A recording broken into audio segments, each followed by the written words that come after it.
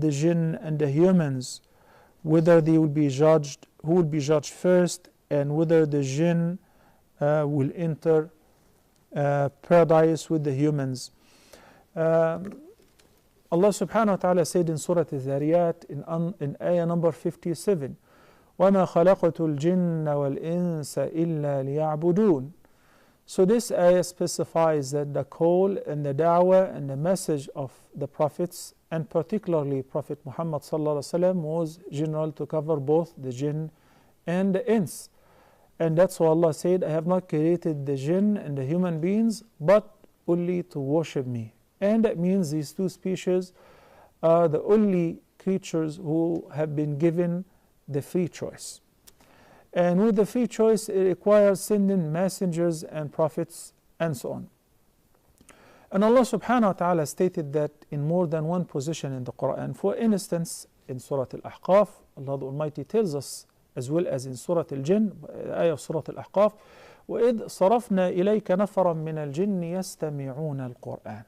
Remember when we sent a group of the jinn to listen to the Quran, فَلَمَّا حَضَرُوهُ قَالُوا أَنصِتُوا. When they listened to it, they said, listen carefully and listen attentively. فَلَمَّا قُضِيَ وَلَّوْا إِلَىٰ قَوْمِهِمْ مُنذِرِينَ. And when you're done with your recitation, they return to their people with the warning that Muhammad sallallahu alaihi wasallam had been sent and his message is the truth, and you guys have to follow him, and so on. That too was mentioned in a various way, but of the same concept in Surah Al-Jinn. قل أوحي إلي أنه استمع نفر من الجن فقالوا إنا سمعنا قرآنا عجبا يهدي إلى الرشد فآمنا به ولن نشرك بربنا أحدا, etc. The ayat.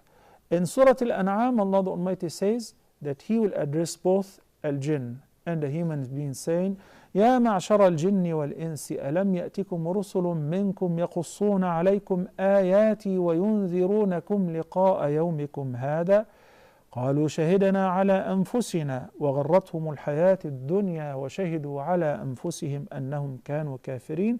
This is ayah number 130 of Surah Al-An'am. So Allah would address both the jinn and the human beings. ألم يأتكم رسل منكم يقصون عليكم آياتي وينذرونكم لقاء يومكم هذا.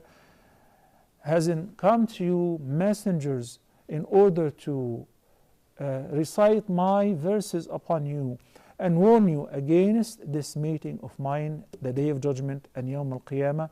قالوا شهدنا على أنفسنا. They will testify that this has happened indeed. So al-insu wal-jinnu mukallafun. Then Allah subhanahu wa ta'ala said in Surah Al-Sajdah, قد حق القول مني لأملأن جهنم من الجنة والناس أجمعين.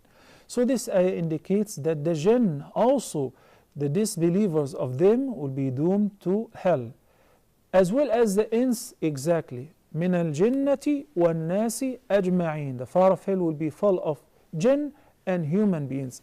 As far as their word, Allah subhanahu wa ta'ala in all the ayat, when He addressed the believers who do good righteous deeds and who would receive forgiveness and paradise from their Lord and so on, that applies to the human beings and applies to the jinn.